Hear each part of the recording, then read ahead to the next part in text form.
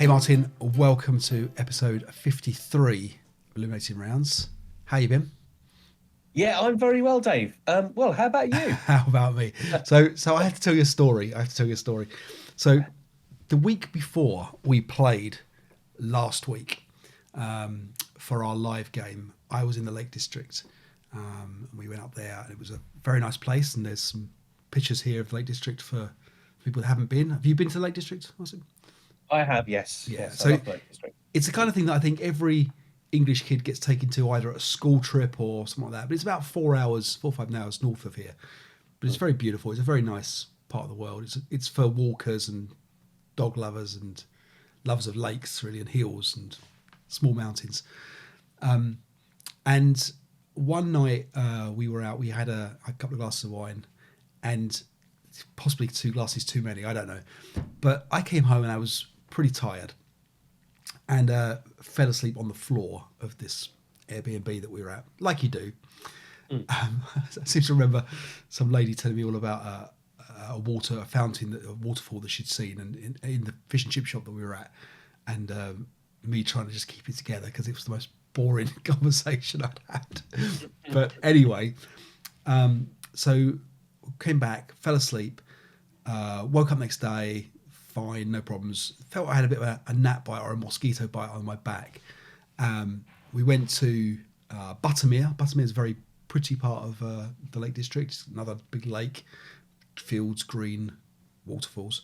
And came back, and I thought I'd have a shower, and I thought I'd check out my mosquito bite, and it looked to me like a big red welt on my back, and I was like, oh, that doesn't look good. So I got Nicole to have a look at it because I can't sort myself out at all, as we can imagine. And she got a little bit squeamish because it was a tick, and it was still obviously live, and it's got its little legs dangling, and it's just all a bit nasty. So her job was to get the tick out, so we get the instructions out, and we figure out what it is, and she's got a tick remover for dogs, so it's great. Okay, so we go and get that kit out. She gets it all out, and then all I can feel is some sort of tugging and pulling, and the mandibles are pulling my back, and it's horrendous. These ticks, I think most people have known. I've never had a tick. These mandibles, they stick in you, and they kind of won't let go. And the trick is not to leave the head in as you pull them out. But it was a bit of a struggle. I mean, it was a struggle between me and the tick. It didn't want to let go, and then finally, I managed to get it off. But the head stays in, so she has to dig around for a little while longer. It's all pretty grim. So anyway, so we get most of it out. Illuminating Rounds 53, where you get your ASL content. Yeah, exactly. So I'm pulling it out, and we're digging it all out and everything. And fine. It sounds gross, Dave. It's really gross. It's awful. But the point being that Lyme disease is a thing, although it's not particularly prevalent in the Lake District. It is, and if you have a tick in there for longer than a few, I don't know, 24 hours or something, there's a chance. So it was on my mind. Lyme disease is the symptoms are a flu-like symptoms. So they're, now what else? Yeah, has flu-like symptoms. Yeah, exactly. Yeah. So obviously, I came back the weekend. I was feeling pretty grotty when I got back and was playing with you. And in fact, I can't remember if the day I was playing you or the day before, but I was feeling grotty enough that I went off and ordered some Lyme disease kits. So I wanted to just test, make sure, because I was feeling fairly fluey, and I had my flu jumper on. And was feeling, not great. The day after we streamed, and I was still feeling pretty bad, I lost my sense of smell. So that's not a Lyme disease symptom. That is another symptom. Did a COVID test, which I'd already done a couple of days beforehand, which was I'd failed. I was negative. Tested on Wednesday and was positive, and then managed to feel very sorry for myself because I couldn't bring myself to do the Lyme disease kit as well, just because I might have had two, but the Lyme disease kit is obviously made in a time that they don't expect the general public to be doing these ones. You have to provide your own blood, And I mean, I know that sounds like everybody has to provide their own blood, but they didn't give you a way to get it. So they just give you Yeah. effectively like the platter of thing that you put your blood onto. But it's quite a lot of blood you have to put. I mean, 10 micromillimeters or something. I don't know, but microliters, Yeah. something. But anyway, it's quite a lot. And I can't draw 10 microliters of blood out of me, like on demand. I don't know, like you can't bite your lip or what. I don't know how you do it. Yeah. And there was no tool to. So like, you're supposed to just cut yourself or something, or I guess you're supposed to. I think, to be fair, the instructions, like the COVID test instructions, are very clear and pretty, and they're. Sure, I haven't seen it, but yeah. Oh yeah, I mean they're just it's like for the general public. Yeah. The Lyme disease one, the test instructions for Lyme disease is like is this. It's just it's like don't mess about. This is for doctors. Right. People like you should. It's talking about separating the hemoglobin from the serum and the blood. I mean, whatever. Anyway. Yeah. So I did start feeling a bit better. I was very groggy last week. I was very, very fluey, very achy. No breathing troubles, thankfully. I'm obviously double vaccinated, and that has obviously helped. But yeah. So that was last week, and a couple of days ago I was doing the cooking for Nicole, who's also now COVID positive, and I was cooking, and of course I managed to cut my finger with a knife. So first thing I did was run to the Lyme disease kit. And stick your finger in it. Yeah, exactly that. Turns out I haven't got Lyme disease, so that's that. So that's been my week. I'm kind of betterish. I'm just a bit tired.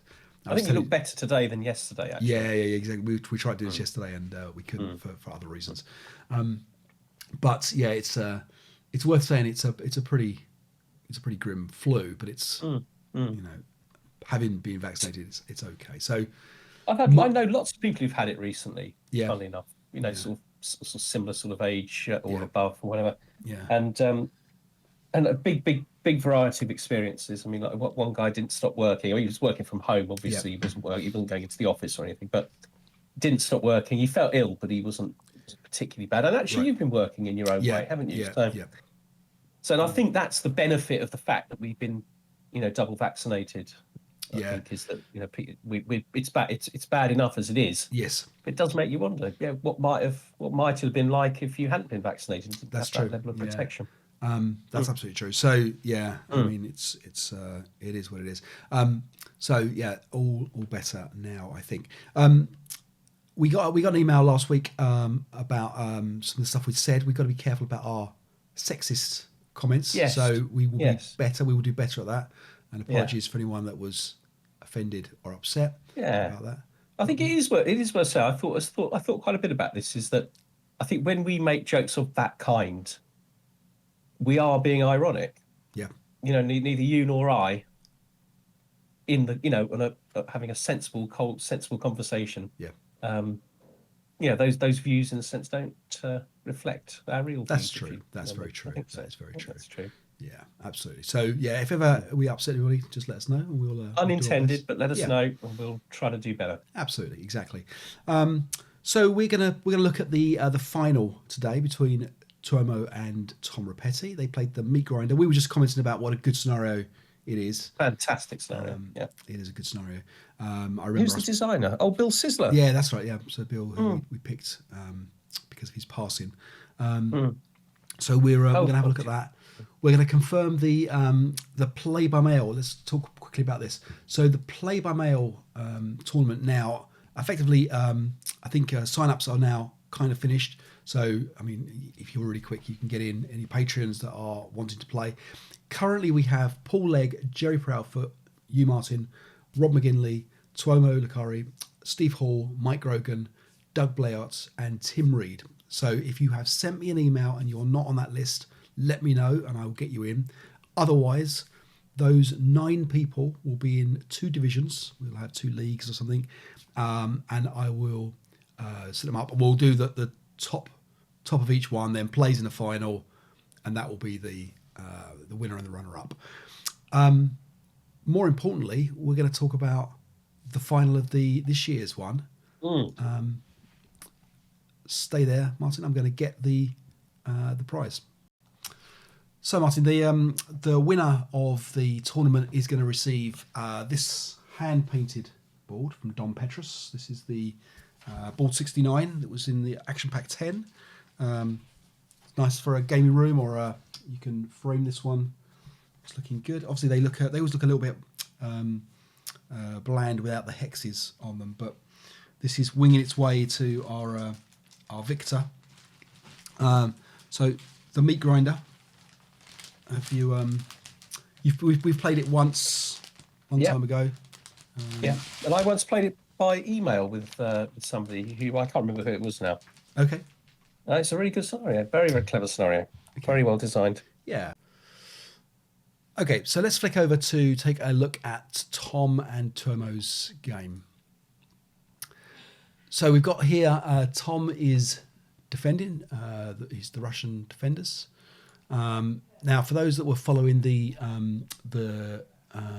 thread on Game Squad, it was really all about where Tom was going to put the truck.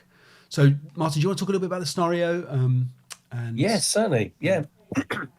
So the Russians setting up as you can see there. I think they have to set up above the bottom sort of 5 hexes as we're looking at it here. Germans obviously coming on from the bottom, but they also have 3 tanks that can come on from either side on turn 2, and indeed the Russians have another 3 tanks to come on as well. And the victory conditions are that the winner is the person with the most victory points, and you get victory points from casualty, so CVP count normally for both sides, and also multi-hex buildings count as 2 victory points at the end of the scenario to whichever side controls the building. So they've got to destroy each other's units and capture buildings. Obviously, right. The Russians being ahead at the beginning because obviously they control all of the buildings on the board at the start. Right. We think there's 13 multi-hex buildings. There are 13 multi-hex buildings. Yeah. Worth a couple of points each. Yeah, and it's interesting because it means that some of the vehicles that are more vulnerable are potentially almost there as victory points, right? Rather than their combat power. So it's quite interesting about how you have to perhaps protect some of your force, while trying to fight effectively as well. That's right. Do you have a preferred side in this one? Oh, that's an interesting question. I think I quite like the Germans for this, actually. Okay. So the Russians are favoured in terms of balance slightly. Yeah, that's true. And I think the Russians have a little bit of an easier time on this one in that there's a lot of decisions to be made for the Germans as to, they've got obviously three they can go left, right or centre. And the Russians, I think the game is all in the setup, isn't it, for the Russians to determine how the game's going to play out. So we're going to start to play through, and we'll see what goes on. So obviously a fairly upfront defence from Tom. Yeah. So I found that surprising that he would commit so heavily to defending board 56. But I'd immediately think, right, the Germans lose a turn crossing board 56, and then the game starts to turn 2. Right, because it's only 5 turns, isn't it? It's a very, very short scenario. That's right. It's 20% of the turns gone. But anyway. But what was interesting is that Tomo figured out straight away that the truck is in N3 because the other 2 vehicles are sitting in the in buildings, in the buildings. Which the truck wouldn't be allowed to enter. But what we don't know is where the anti-aircraft gun is. A very powerful right. anti-aircraft gun, isn't it? Yeah. That's right. So straight away, Tuomo goes for this truck. That's his number 1. Yeah. That truck's in all sorts of trouble, isn't it? It is. So on come the... and I think it's worth 4 victory points. Right. More if you can capture it. Exactly. Now there's we get a double 6 here from Tuomo. I'm assuming that's the the machine guns of the tank there that are presumably. yeah. Oh no, the infantry fired in that hex in Q5. The infantry fire again though afterwards, but maybe. Yeah. Maybe. Okay. Yeah, maybe. Mm. Yeah, this is one of the scenarios where it's going to be very tricky to figure out exactly what's going on, because I think a lot's going to happen in this area. So we can just take a kind of like so straight away there we've lost. Tomo lost a leader and a 467 from looks like a KIA there. Good leader as well. To the Davidova. Yes. AV2. Like to see that. We've got a Martin Novinich and Davidova. Yeah. We'll watch out for how well those guys do. Yeah. And nice to see like sneaky couple of half squads going claim the empty buildings on the right. Exactly. So the gun has been revealed here up in 01 and takes out one of the tanks straight away. Yeah.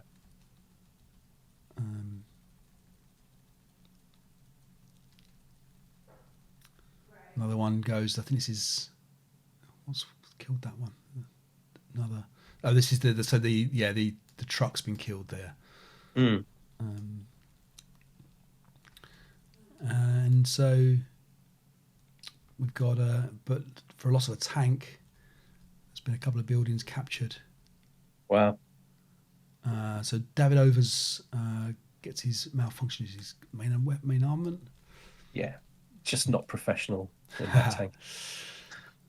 Huey and Dewey. Louis. Oh, here's Huey up here. So Huey. Yeah, Huey's protecting the empty buildings, isn't it? So just for those that can see up there, we've got tanks up here coming down. But the Russians pretty much like an immovable object, aren't they? They're not moving. They're not moving at all. Yeah. They are losing casualties though. Yeah. But so are the Germans, probably even more significantly. Yeah, so the Russians have lost a tank at this point. Yeah. Germans have lost 2 tanks. Yeah. So I had a little bit of a thought watching this, that this is a little bit chess-like on this right-hand side. The Germans send 2 half squads to capture some buildings. Then the Russians play 1 tank to protect them. Then the Germans have put a tank in to counter it. It's kind of almost like, sort of like just playing their pieces one by one. It's a question of who's got the most resources available will kind of win that aspect of the game. And meanwhile, there's this big melting pot going on in the centre. Yeah, absolutely. Yeah, yeah.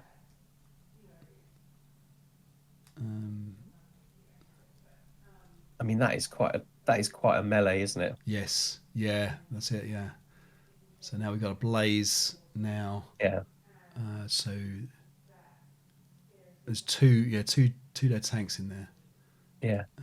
Yeah.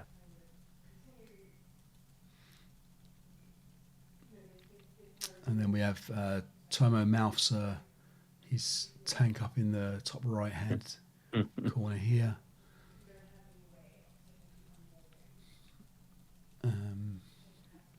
Now something interesting is going to happen with Martinovich, isn't it? So there's going to be some fighting around that tank shortly. Yes.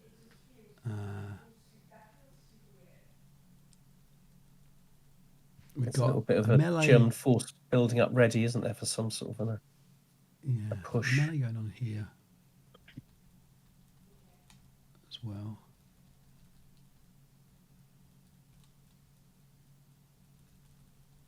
So Huey's escaped. Yeah, Huey has escaped. Conceded all the buildings on the right-hand side. Right, yeah.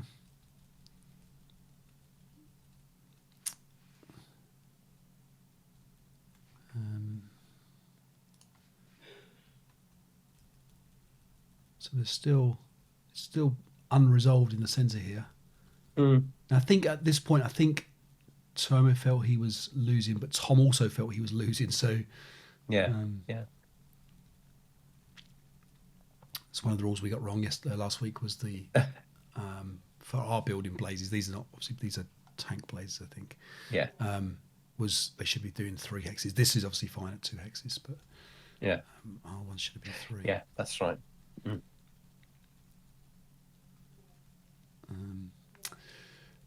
So Germans are trying to get into. Well, they're aiming for those KV2s, aren't they? that's right. Yeah. Yeah. KV2 You've got in the infantry for building. close combat. You've got a tank at the back of the Martinovska. Yeah. Mm. And meanwhile, the Germans have got round the right hand side. Yeah, yeah. Um, It's got sort of guaranteed 3 buildings there, maybe more. yeah. Yeah. Always a good use of the VBM counter. Don't use that in Vassal at all. No. Martinovska's turned round.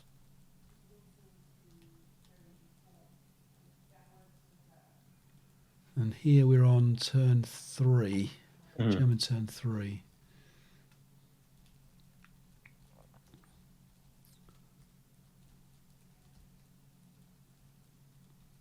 At this point, it looks in the balance, doesn't it? I mean, you've got the Germans breaking through,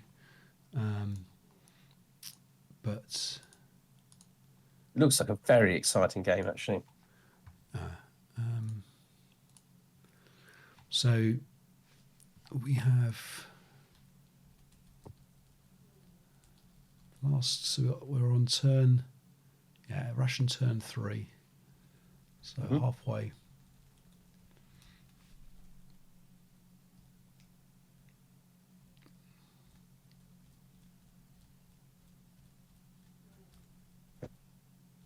So we've got stuff is going on. Right, the here. crew are out. Right, so I think he's immobilised Martinovska. Yep. And the crew have jumped out. Yep. They're already in close combat. Yep. Okay, so we'll see what happens here. Mm-hmm. No, they're broken. Yeah, it's looking grim for the crew. Yes.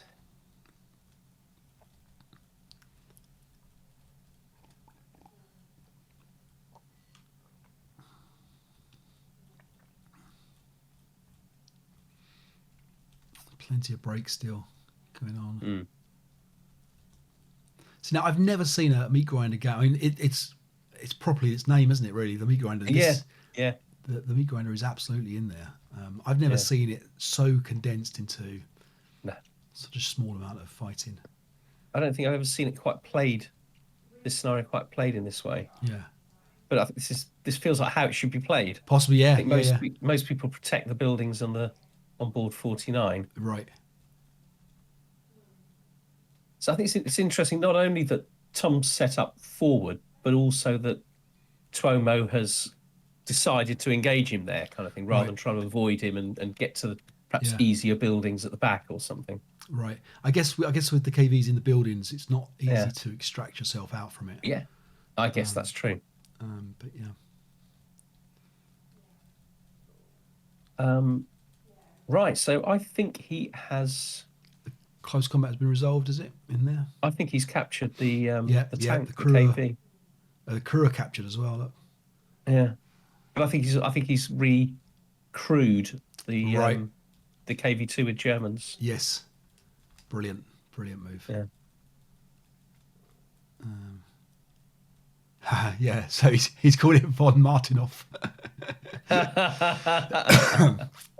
Brilliant. So now, how's this tank going to get out here? But it can't move, I don't think. Yeah, and okay, well, it didn't last long. No, I think there was a hit from the 76. Oh no! Is it still okay? No, I think it might be still okay. I think it's okay. No, okay. I think it might be slightly misplaced in the. Yeah, it's in there somewhere. Yeah. But whereabouts it is, we can't quite see, but it is in there. Okay. I think I think it's been accidentally placed in like bypass kind of thing. Right. That's just mayhem. It is mayhem. Here he comes. I mean, he's sort of, even feeding in the Russians, isn't it, from the main line of defence behind? Yeah. Those units been sort of fed in. So German to the meat grinder.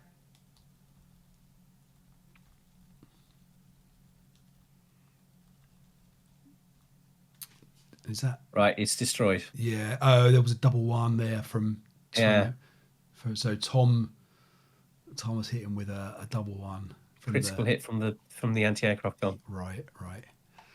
Oh That anti-aircraft gun has been involved the whole game, actually. yes, yeah, Yeah. and looks relatively safe as well, isn't it? It's not. Yeah, it's actually turned out to be a Yeah, brilliant place for it. Is there anything still unbroken in there from either side? I don't think so. I think it's looking. Yeah. I mean, so we've got. Yeah, the thing is, the Russian tanks here are still Yeah, doing there's enough, still aren't quite a they? few Russian tanks. Yeah.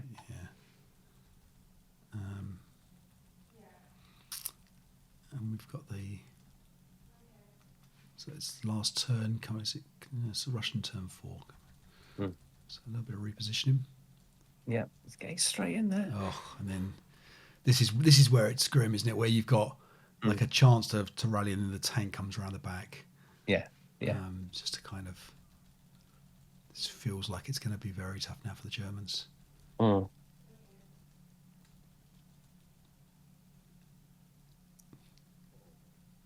But it's a very aggressive defender in this scenario as well. Right. Yeah, Russians pretty much mopping Love up. it. Yeah. Russian tank gets recalled there. Looks like That's a KV2 as well, is it? it's Dewey. No, it's Dewey. So it's Stewie. Of course, it doesn't count for points now, so going off so late in the game is perhaps not a disaster. It's like one of your defenders going off in the last part of a football match before the penalty shootout. Doesn't really matter.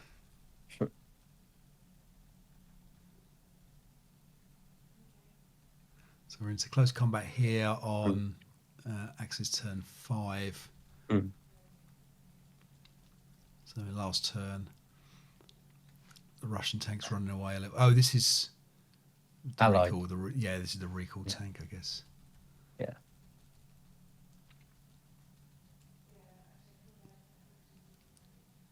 And then double 6 at the end on the close combat.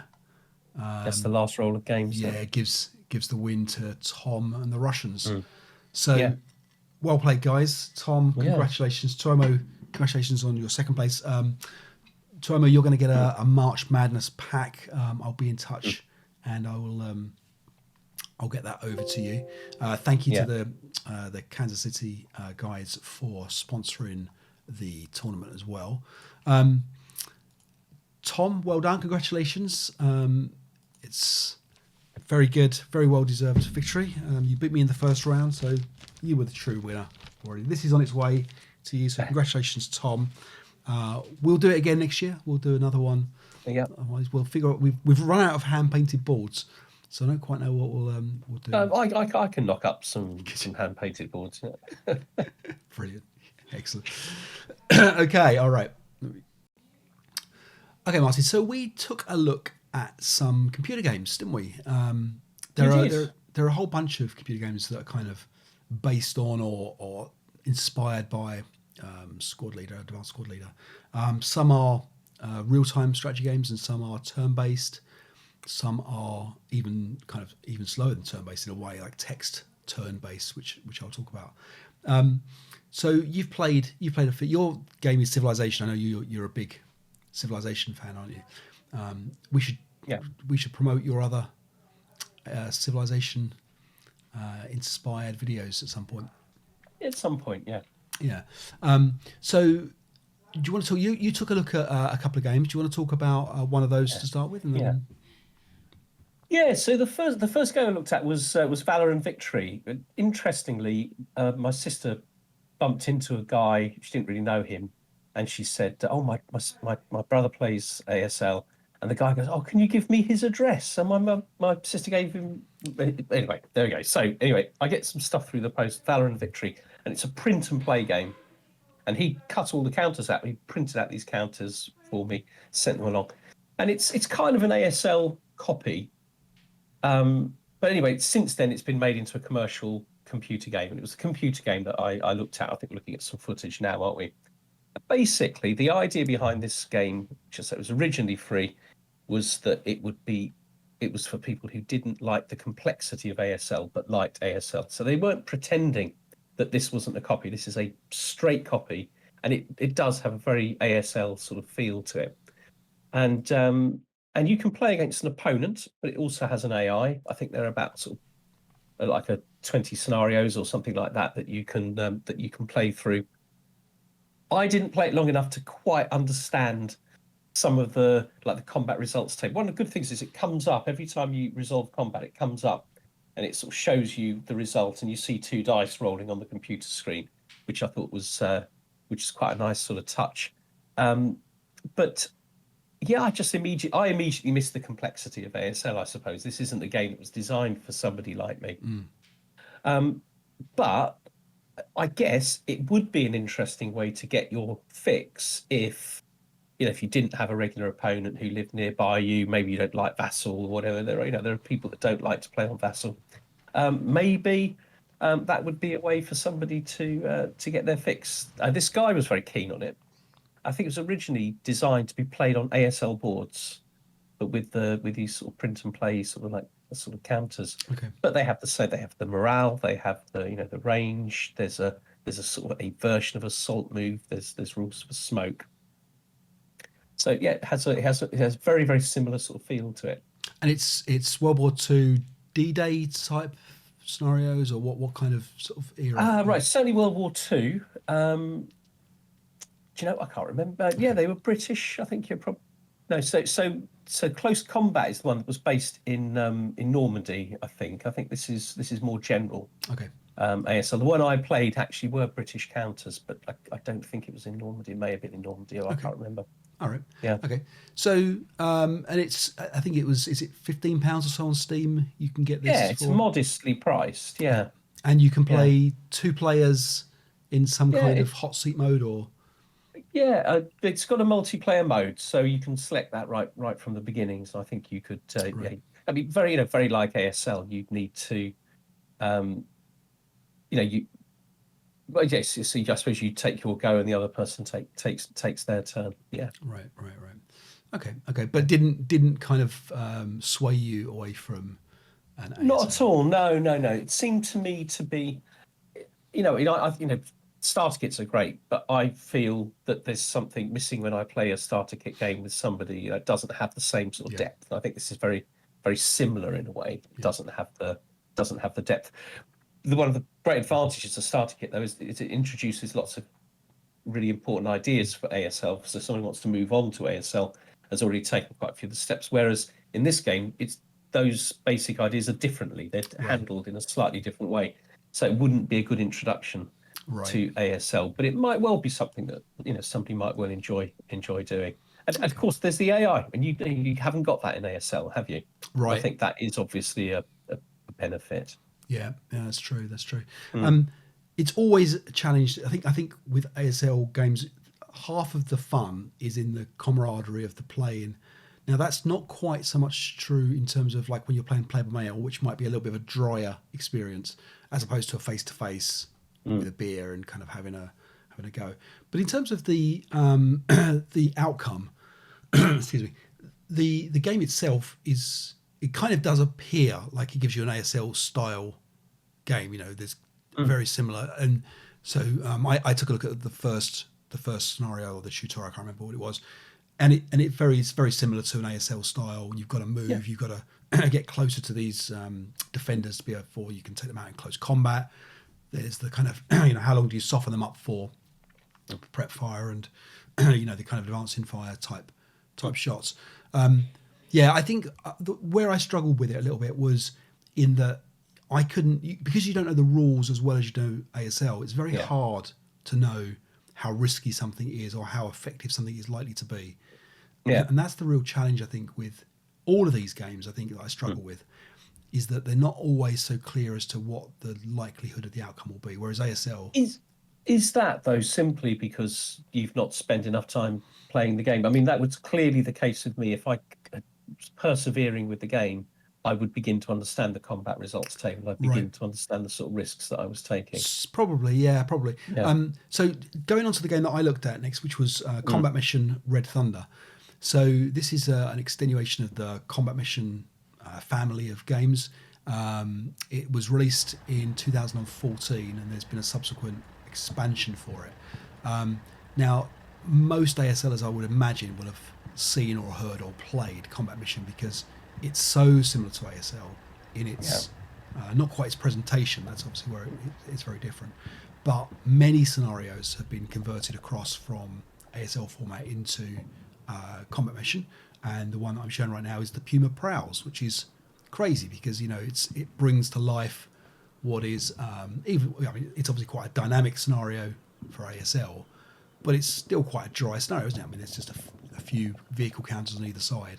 But when we see it in 3D and we see what the Pumas actually look like, and they're great kind of armored car, early war style fighting vehicles. It does bring to life a lot of that, and a lot of the time the game will tell you things like the percentage chance of penetration or things like that. So that's quite nice. Combat Mission is brilliant for ASL players, I think, in terms of people will be immediately at home with it.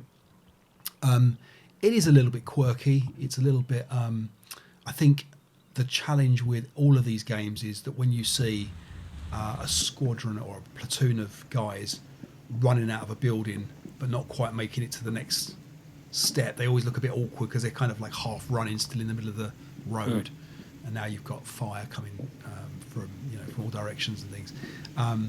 So there's always a little bit of realism that kind of has to be suspended because it's a you go I go type game.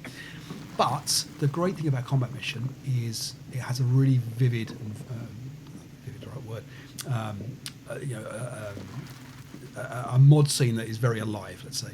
So there are plenty of scenarios you can download. There are a lot of people creating scenarios and campaigns.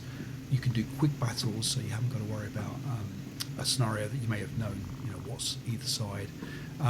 So all of that kind of stuff, and there's play by mail, and there's kind of like a TCP/IP kind of multiplayer kind of game as well in there. So Combat Mission, I think, is the game that ASLers will go to if they're looking for a game. It is expensive still, so the base game is $40 or $50 for Combat Mission, which is a lot of money now for what I consider to be an old game, 6 or 7 years old. And the expansion is also another $40. So there's a Fire and Rubble expansion, I think. And Combat Mission, it takes place. It focuses on the Russian East Front from around 1944 onwards. So there is a kind of like a concentration of Russian and German battles. You're not going to see very much more than that. So it always feels like a system that will be great if they have lots and lots and lots of expansions and lots of maps and things like that. But I think it's definitely worth. There's a demo you can probably find and download. So if you haven't come across Combat Mission, I would encourage it from an ASL point of view, if only just to see what the tanks look like. I think Rob did a great example of that last week or the week before, showing us what some tanks look like and why they get a larger to hit modifier and things like that. And I think this is also another nice way of doing that. So there's also, I should mention that there's a version 4 of the engine now for Combat Mission. So this added things like riders and hold down and things like this for vehicles that didn't have that capability before. Maybe a little bit cheeky to charge for that. It's another $10 or something to charge for the upgrade. But at the same time, I think in this hobby, there's a lot of people will say that their dollars per hour spent on something like Combat Mission is like the ASL, is down in the cents. So if you haven't seen it already, check it out. I think it's worth a look. Okay. So it's interesting to talk about value for money and think how much you can spend on a night out or a meal or a few drinks with friends and things like that, and it's over in a few hours, isn't it? 2, 3, 4 hours in the evening. Yep. And you spend £40 on ASL stuff that you could literally spend weeks playing. It's It is the only way to really think about the value. Yeah. So I also looked at Close Combat. I've had that recommended to me before by somebody that loved wargaming on computers, and he said it was a very similar feel to ASL. I don't think it has a similar feel, having played it now. I can see how there are similarities, but I wouldn't say that it had a similar feel. Close Combat, it's a whole series. It was about £30, I think £32. There are a whole series of them. If you bought, so I suppose if you exhausted the sort of the campaigns and the scenarios, you could, pay another £30 and buy another one in the series.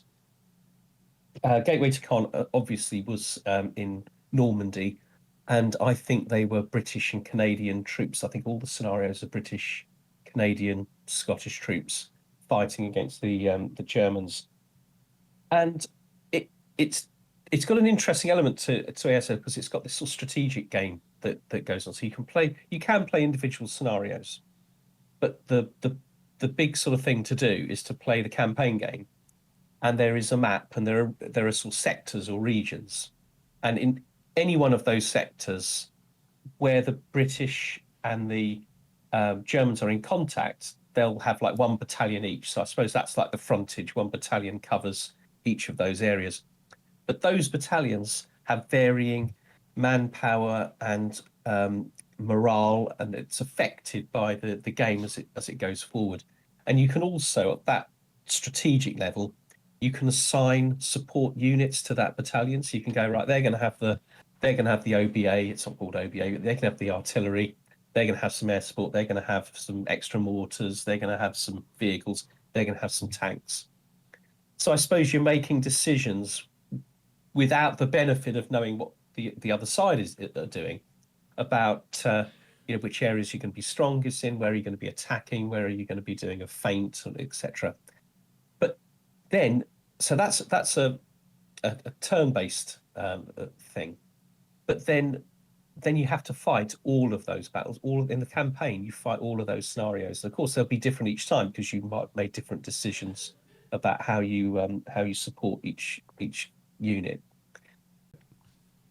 Then it's a real-time game, so it feels a little bit like Total War in that respect. If you look at the Total War series, and you can set how long those games will last, from anything from, I think the shortest is 10 minutes up to an hour.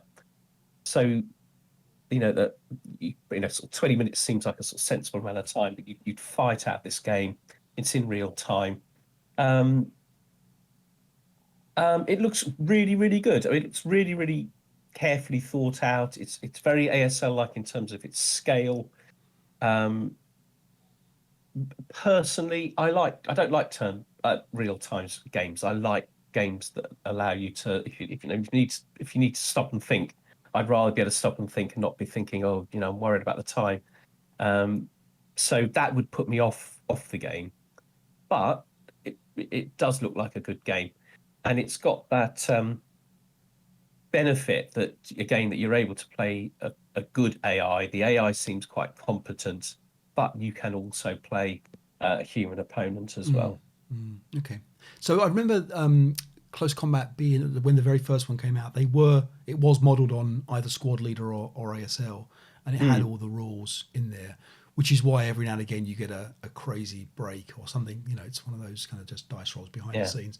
But I think eventually it became either too complex for them to model everything, so it became like a bit more of an arcadey style game. But it's always, I've always enjoyed the Close Combat games. They're very visual, and you enjoy a nice flow of combat, don't you? You see, like, your mortar guys or your heavy machine gun that's true. Yeah, sort of sitting there, and you see the little puffs of smoke when the mortars lands and stuff like that. Yeah. And is this the ones where they get experience and they can kind of become better as the war progresses? Yeah, they get experience. They also have casualties, and their morale will drop. So you have to consider the longer term. I mean, ASL is a really good example of a game where you don't do that. You don't consider the state of your force at the end. You just simply consider the scenario victory conditions. But in this game, realistically, you could be playing a game where really you're not really trying to achieve anything except preserve your force intact and ready for the future. So that's an interesting strategic element to the game. Okay, excellent, good. All right, good stuff. So my last one that I looked at then was Armoured Commander 2, and this is a very different game. So this is available on Steam. It's maybe $10 for a copy on Steam, and it's a cross between ASL and Patton's Best.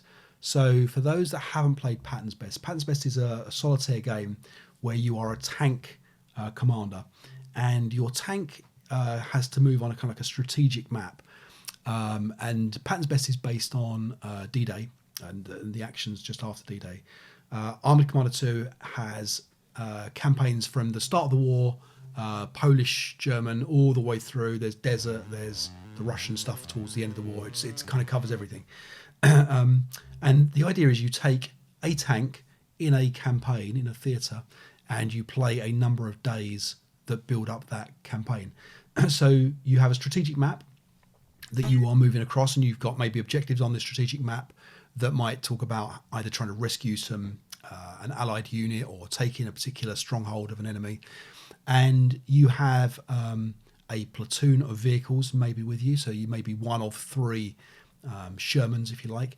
And what basically happens is, as you move on the strategic map, there's a chance that there will be some combat that takes place in the in the actual sector. And when that happens, it moves to a tactical map, and you're the tank, and your player is in the middle of the map. And then what happens is it's turn-based. You give orders to each of your crew members of your tank, so that you may have 4 or 5 crew members depending on the tank that you're controlling. And this will include things like whether they're going to be buttoned up or crew exposed, and whether they're spotting or whether they're assisting each other in the actions that they're doing. You get to do things like configure your ready rack and your ammunition between armor piercing and HE and stuff. And then you are selecting targets, you are picking whether you're going to be going in close, and it becomes almost ASL combat, tank combat. So you see the rolls, and you see the percentage chance of you hitting. You've got firepower that has an effect on the infantry. Stuff comes in at you, and as the battles go on, your crew get more experience points, and you can allocate points to your crew. It's a very cool little game. It's one of these games that it's a cross between what people would call a roguelike game, where it's text only. The graphics aren't going to be there's nothing pretty to look at. But it's full of tactics, and there's you can get yourself into an 80-day campaign if you want to, and if you lose your tank, you can you can get a new tank, and it might be a better tank or it might be a worse tank, and there's all the visuals for the tanks. In text based, you can see these little graphics. So I think it's worth checking out. It's very ASL. You'll see stun results, and you'll see snipers, and you'll see crew exposed and firepower and penetration chances, things like this. So it was quite a nice little game, and I recommend it for like someone if you're on a laptop somewhere, you haven't got anything particularly powerful to play with. So Armoured Commander 2, worth having a look out on Steam. Mm-hmm. There we go.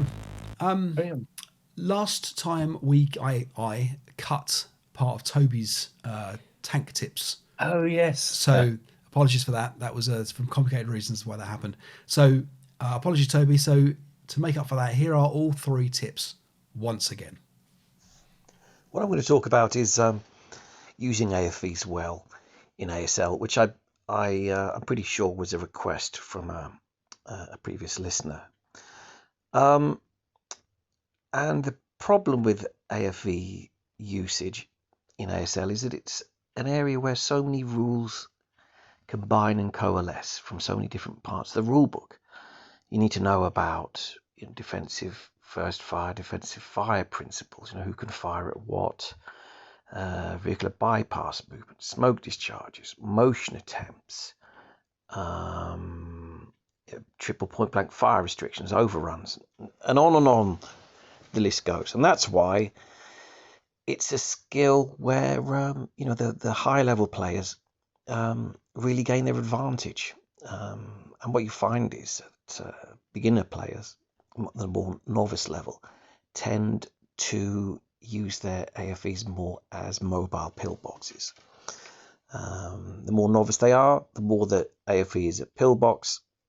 As your play becomes more advanced, it's the mobility that's stressed, and that's what I'm going to try to encourage everyone to think about, is to increase your mobility of your AFEs. And I've tried to condense my thoughts down really to three suggestions that if I could only give 3 suggestions, these would be it. Okay, so number one is, the first one is something I've covered before actually, which is at all costs try to avoid prep firing your AFVs, unless it's something like smoke or a crucial shot, or you may have an AFV, another tank in your sights that you can destroy. So that's allowed. You can, of course, there will be exceptions. You can shoot now and again, but try to avoid doing so, because then you've got the potential to move, and opportunities will arise during your game to move and use that AFV to possibly encircle someone, or maybe your opponent takes a shot of a previously concealed unit, and then you go, oh, that's where the Panzerschreck is, and then he cowers, and suddenly you think, oh well, he's not shooting that Panzerschreck. Maybe I can move forward and encircle him, or if I break him, he won't be able to rout. So opportunities will arise that you previously would not have been able to take advantage of. The other thing is, you will insert doubt into your opponent's mind, because he will be thinking that AFV can still move. Where is it going to go? And it will affect his play. It will affect the shots he takes. He might think, well, I can't shoot that guy in case he cowers. I need to save the shot with the guy with the Panzerschreck. So even if you don't move the AFV, it's still having an effect. But it will encourage you to move them and to seize opportunities you would have previously not been able to take advantage of. The second principle, I suppose, is and this is more of a specific one.